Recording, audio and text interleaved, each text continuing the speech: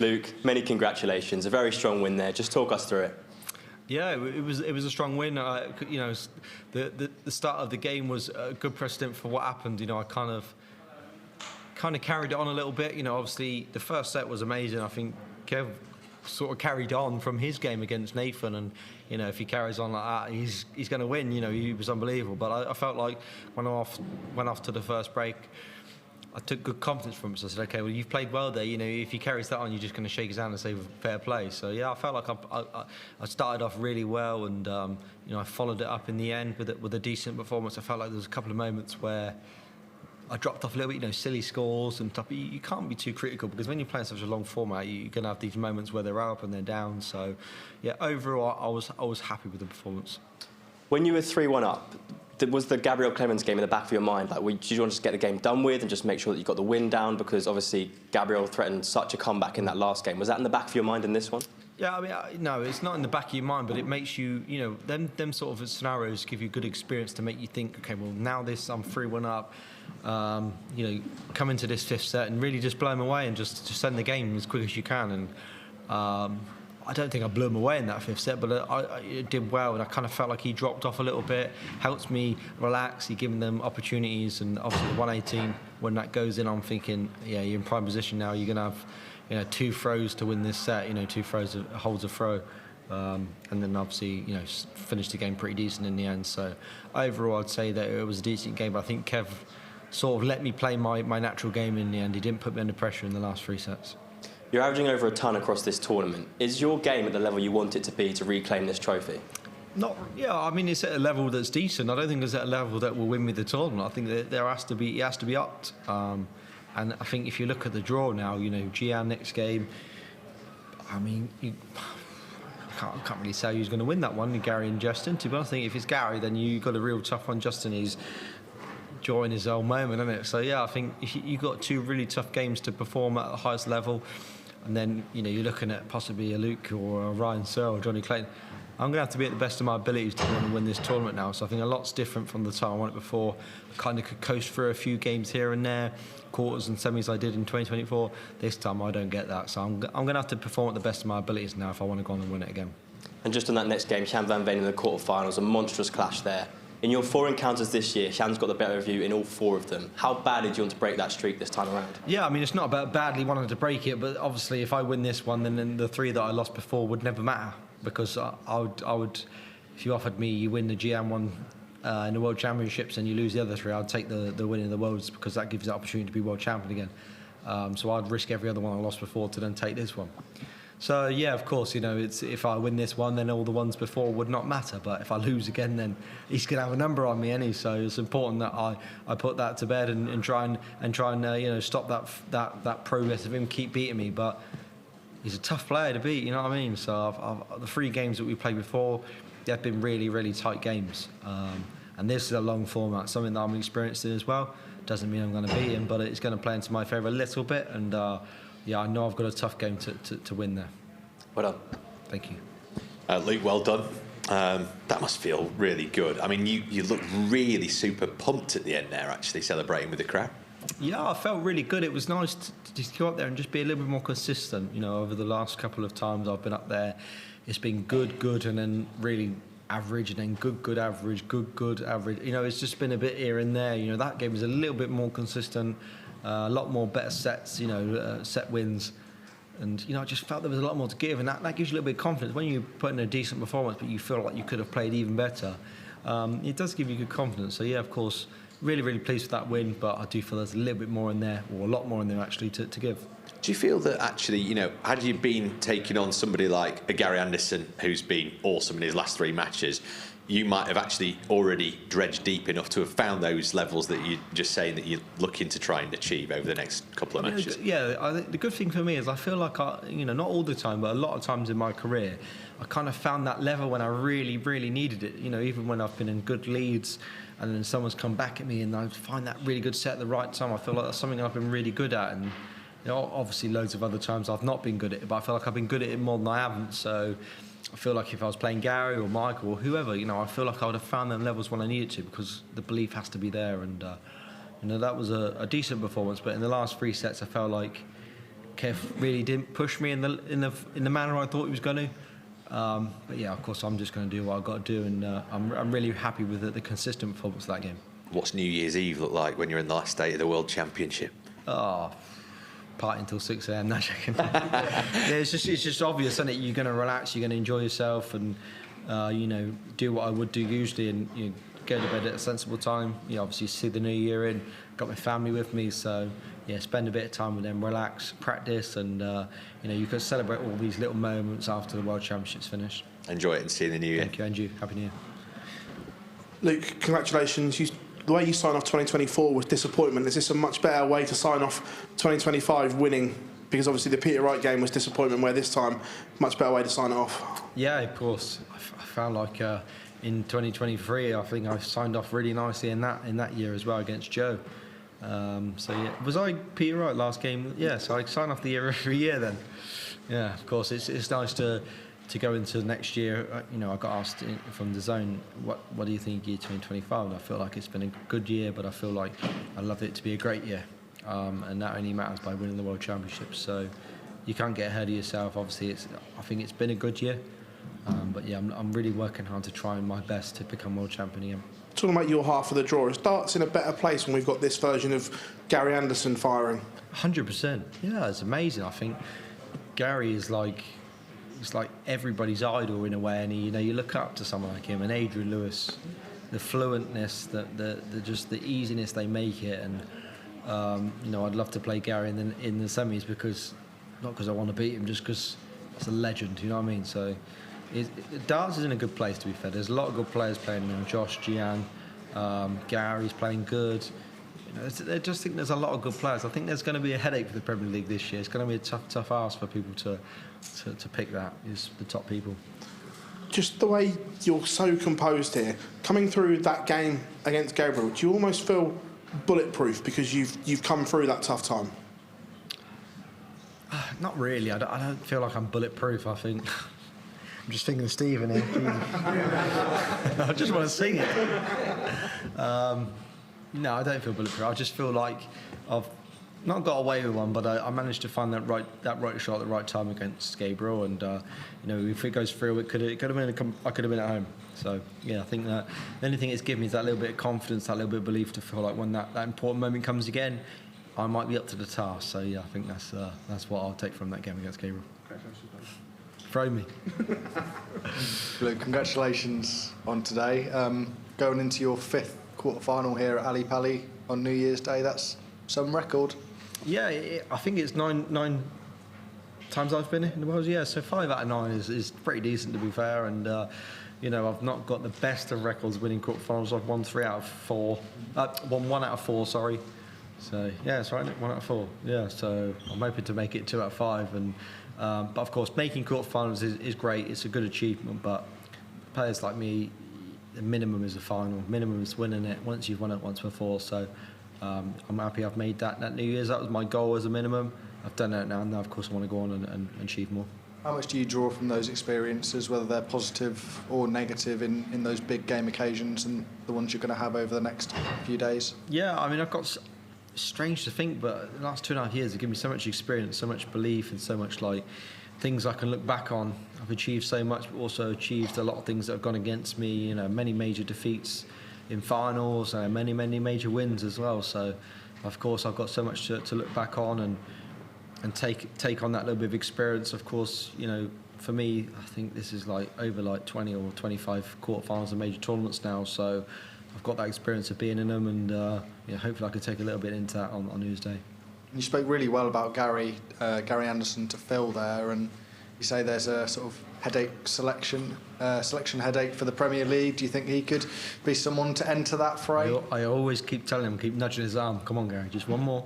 Just give the fans one more, and he's adamant he's not going to do it. But yeah, I think it would be great to see him just to have one more. But of course, it's a lot. It's not just about Gary having one more. It's a lot of travelling. There's a lot of honest. He enjoys playing the Pro Tours and stuff, and playing the Pro Tours, the Premier League and stuff. We had chatted about it earlier together. It's a really hard thing for him to do because he loves playing them, and then you got Monday, Tuesday, away Wednesday, Thursday. If you want to do Euro Tours away, so Yeah, it's tough, but as a fan, as a player, I'd love to just see him just do one more. But I'll keep twisting his arm, see if I do it. Luke, well done tonight. Just on that headache for the Premier League selection, with everyone coming through, with Gian and Josh and others as well, is it maybe time to expand the format back to 10 or maybe even 12, just so people aren't missing out? Yeah, it's hard. It's hard to know what the perfect scenario is for the Premier League. Really, 8's always, it feels really elite, and it's like, I feel like it, when I kind of missed out. It's good to upset people because it gives you a little bit of hunger, and you don't really want to please everyone. If everyone gets in it that should be in it, it's kind of, there's no arguments. I think what makes great viewing is good arguments. I should be in, I shouldn't be in, all this type of stuff. So I think 12 is probably too much. It's not elite then. I think 10 is probably the maximum. But there is great scenarios of having 12 in it. I've had some great, I'll tell you off camera, that I thought that would be good for the Premier League if you did 12. But yeah, it all depends, to be honest. If it's 8, it's going to be a headache. If it's 10, I think it probably almost picks itself. But if it's 8, yeah, it's tough. But I think that's what everyone enjoys, all the talk about who's going to be in, who's not going to be in. Whoever's is 10, I kind of think everyone knows who's going to be in. So yeah, I think there's going to be a lot of people sweating about who's going to be in, who's not. But luckily for me, I don't have to worry about that. A few years ago, you was in that position. Do you remember what it was like when you was the world number 5? I think with winning 4 Euro tours and missing out when people expected you to get the call up? Yeah, I had it a lot in my ear to say that I was going to be in, from people saying, oh, we'll plan this, we'll plan that. Do you want to miss this and miss that? Because obviously you're going to be in the Premier League. And when you get the call that you're not in it, it's like, oh, I thought I was going to be in. So it really does hurt a lot more when you think you're going to be in. So yeah, of course, it's really, really, really tough one to take because it's the showpiece, it's the elite one. Everyone wants to be a part of it. As much as it's tough work, you want to be in it every year. So whoever misses out, you're going to be gutted. But for me, it made me a stronger person and player. And hopefully, whoever does miss out this year then makes them a stronger person and player. But sometimes experience does really help in the end. And I think the people that left me out, they knew what they were doing, and it did work out for me in my favour. Was it ever a distraction for you, sort of leading up to it? Because everybody talks about next year's Premier League throughout the year, especially as we get to this end of the year, and we ask players questions about it. Is it hard for a young player or someone who's not been in it before to try to ignore that and focus on this tournament or whatever tournament they're in and not think about what could come next year? Yeah, I think so. Yeah, I think if you're a young player and you're thinking that you're almost a part of the Premier League if you just win this game and have that sort of thought going through your head, it can affect you a lot, to be honest. Yeah, it really can. I feel, for all the players that feel that they're almost in, you win that one game, and I think in 2023, I think it was when I was in it, if I had won that game against whoever it was, I think Stephen, I probably would have been myself, and I didn't, and Chris won the Masters and knocked me out with that win, I think. So yeah, it can play in your mind. It did me, but winning this, I think for me, the elite mentality would not be thinking about Premier League. We're thinking about winning the World Championships, and if you win the Worlds or even make it to the final, you kind of know you're going to be in it anyway. So yeah, it can be tough for people. Just that's on the top of your mind because it's a lot of money, a lot of exposure. I think a lot of players that are almost in the Premier League this year have lost early, so it's going to be a tough one for everyone to kind of suggest and put forward who's going to be in. Thank you, Luke. Well played today. Thank you, mate. Congratulations, Luke. We saw earlier Michael van Gerwen against Gary Anderson, must-see, blockbuster game. Do you think you versus Jan van Veen could be in that category in years to come? Yeah, definitely, of course. I think, to create a great rivalry, it takes tens of years. I think they've been at it for like 10 years now. I think when you've played someone a couple of times, it's not really a rivalry. Me and Luke have played each other about 25 times now, so it's kind of at that level of Michael and Gary and stuff like that. But me and Gianni's not really been at that top end of tournaments a lot, but of course he's only just been a part of the PDC and he's still young, so he's still finding his feet in the PDC, even though he's like 5th or 3rd in the world. I don't know what he is now, so yeah, it will be in years to come. I think you're going to have a lot of like games, me and Luke, and you have Luke and Gian, and me and Gian, and probably me and Josh and Luke, and Gian and Josh. I think that's what you're going to get in the future. So yeah, this will probably be one for them. And it has been the last 3 times we've been on the stage in major tournaments. It's been close games, been good games. So yeah, I think we've written that stall out already. And the extension in format now, does that allow you more breathing space and more time to get into your flow and your rhythm in those types of games? Yeah, I'll let you know in 5 years. I think it can kind of help people and not. I think there's been so much more earlier exits this year than I've seen in the 9 World Championships I've been a part of. So many big names gone out so early. So yeah, I don't know, to be honest. I feel like them people that are not as experienced, they kind of relax a little bit more and they seem to put in good performances, and not like Justin Hood, obviously. I don't know if everyone knows, me and him are really good close friends. I love him to bits, and told everyone about the Chinese that we're going to open. So, yeah, you know, he's one of them players that like doesn't really give a damn. You know what I mean? He's there like, I'll just do it. Ryan So again, don't really care, and they're in the quarterfinals. So yeah, I think that's what it does. It gives you that little bit of ability when you're a standard where you're not playing in everything all the time, to just go into these tournaments and think, wow, if it goes, it goes. And them two players are the epitome of what we've shown in this World Championships. And it's a real family affair, isn't it, these World Championships for you, with all your family and friends here. How much of a team effort does this World Championship feel for you? Well, yeah, it is. It's a massive team effort because, you know, when your family's not here, it's a lonely place. And obviously schools are out, so I get my stepdaughter here, which is amazing. Obviously we have some great fun doing quizzes and stuff. You know, we have a great time. And my son's here and playing cars, and yeah, my fiance. Just having all these people with you, my mum and dad, they come up every game, and obviously I had Matt Lewis today. You know, I've seen for a long time. Just these people that give you that little bit of a boost. They really do help you. You know, go on there and want to really play well for them. Well done, Luke. Thank you. When Justin won earlier, were you thinking, oh no, I'm going to get roped into this Chinese restaurant? I think I have. I already told him. We spoke about it a good few months ago, so we got on really well. He said, I can't remember what he said. He said something, if I do this, we're going to open a Chinese. I said, yeah, we will. And I think I'm screwed. I think I go. So he just wants to open one for free Chinese, to be fair. But I'm like, Justin, we went to make money from it, mate. And he's like, oh no, don't worry about that. I'll just, yeah. So you know, Justin, he's a top lad, to be fair. He's, I get it, the Chinese, but we have to understand he's in a tournament now, and he's a contender. He's a competitor. He's someone that I got to watch out for, because as much as we're great friends and get on really well, he's playing arguably the second best darts of anybody in this tournament. So yeah, if he beats me in the semi-finals, there ain't no Chinese then. Have you come up with any names for it yet? I have no idea. We haven't got that far yet, to be honest. I don't know. He started this off. He was like just chatting to me once. He was like, because obviously we get on really well, like I said, and he's like, do this, and I'm like, go on, then we'll do it. So we haven't got that far yet, but he's had enough money now to be a part of it. So I think I'm screwed. I'm going to have to do it now. It's a bugger. Well done, Luke. Thank you. Which is your favorite Chinese food? I love it. Asian food is my favourite food. Yeah, anything Thai, Chinese. I like Indian food as well. But yeah, Chinese food, like, I see Justin's, everything he said is pretty much what I order as well. So yeah, we might have to have a sit-down Chinese with him. He's desperate for one as well. He keeps texting me all the time about it. Okay, you have made almost every major final this year, include this championship, such strong performance. Where does that consistency come from? Dedication and practice, I think. Yeah, I think you work hard and you dedicate your whole life. You know, I practice hard.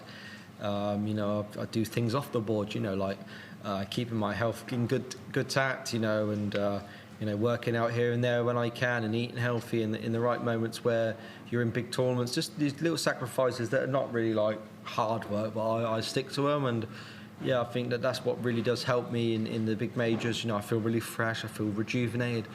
You know, it's been a long couple of weeks, but I feel really fresh. I don't feel tired. I don't feel like, you know, I need to sleep for 2 days and stuff like that. So I feel like these are the things that help me through these big major tournaments. To win a match, of course, physical, mental, and technical skill are all very important. But from your view, which one is the most important? And how do you split the percentages? I think mentality is the one. Is the main thing that you need to be at the top of the game. It's so easy to be up there and you have a bad set, or someone has a good set and just drop your head and just think the world's against you. It's important that you don't. You know, I've had experience where, of course, that's happened to me, where I've dropped my head, been negative, and I've won games but also lost games. I feel like the most important thing about being a top dart player is have that really positive mindset, and the top players seem to have it, and there's a reason they have it, because of the experiences they go through. I've had so many experiences in my career where I've had to really fight them sort of moments in your head where you don't feel like you're good enough, and I think that is why the top players really do have that elite mindset of big legs in the right times and stuff like that. How many percent? 50 more percent? More than 50, yeah. 70, 80, 90% is definitely mental, yeah. Oh, Definitely is, really? because if you feel mentally good, usually the darts go good as well. Thank you. Thank you.